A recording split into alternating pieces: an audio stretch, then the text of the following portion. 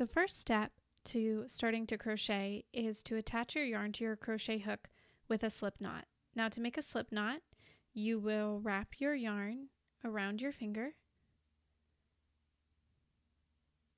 so that you can see that this longer yarn end, which is attached to your skein of yarn, is coming off to the left, while the shorter yarn end is coming underneath that long end off to the right.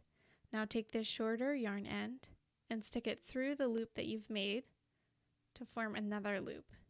Go ahead and grab that loop, and then holding tight onto this longer yarn end with one hand and holding onto this new loop with your right hand, pull both of those at the same time, and that will form this slip knot. Now this slip knot is adjustable, so you can insert your crochet hook into that loop and then holding on to your hook and your yarn, just pull this shorter yarn tail and it will tighten right around your crochet hook. So that is a slip knot and the first step of starting to crochet. If you want to pull out that knot, you can just pull both ends and it pops right out. So let's go ahead and do that again. Wrap your yarn around your index finger to form this loop. Then take this shorter yarn end and stick it through the loop that you made to form another loop.